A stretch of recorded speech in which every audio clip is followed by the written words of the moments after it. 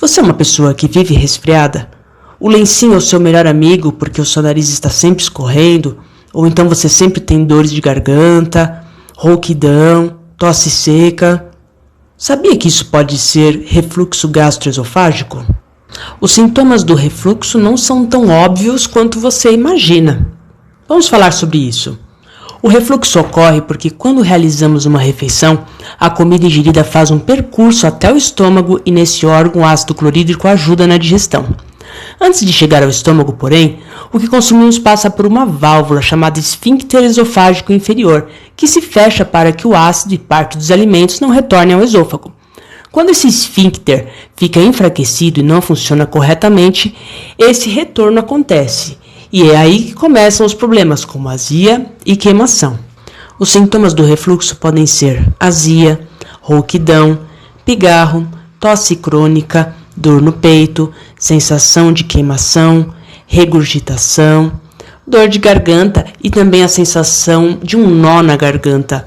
Os sintomas nem sempre são óbvios.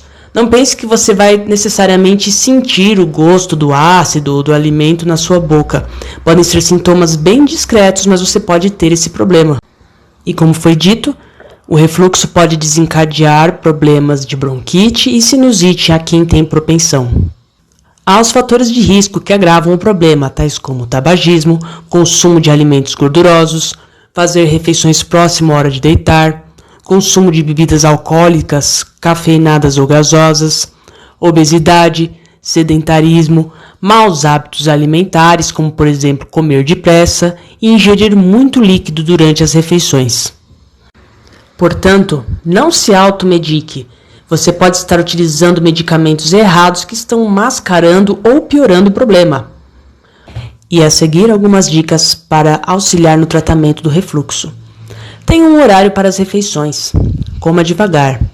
Evite líquidos e substâncias que são irritantes para o esôfago, como bebidas alcoólicas, cafeinadas e gasosas. Faça refeições em pequenas quantidades, especialmente ao jantar. Evite refeições líquidas ao jantar, como sopas e caldos. Coma pelo menos 2 horas antes de dormir. Evite beber líquidos durante as refeições. Não fume. Mantenha um peso adequado. Pratique atividades físicas regulares.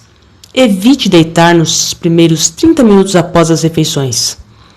Deite na cama para o lado esquerdo para evitar que o conteúdo do estômago chegue ao esôfago e, consequentemente, à boca. Eleve a cabeceira da cama pelo menos uns 10 centímetros. Exemplo, coloque um pedaço de madeira debaixo dos pés da cama. Assim, o corpo fica levemente inclinado, evitando que o ácido do estômago suba para o esôfago.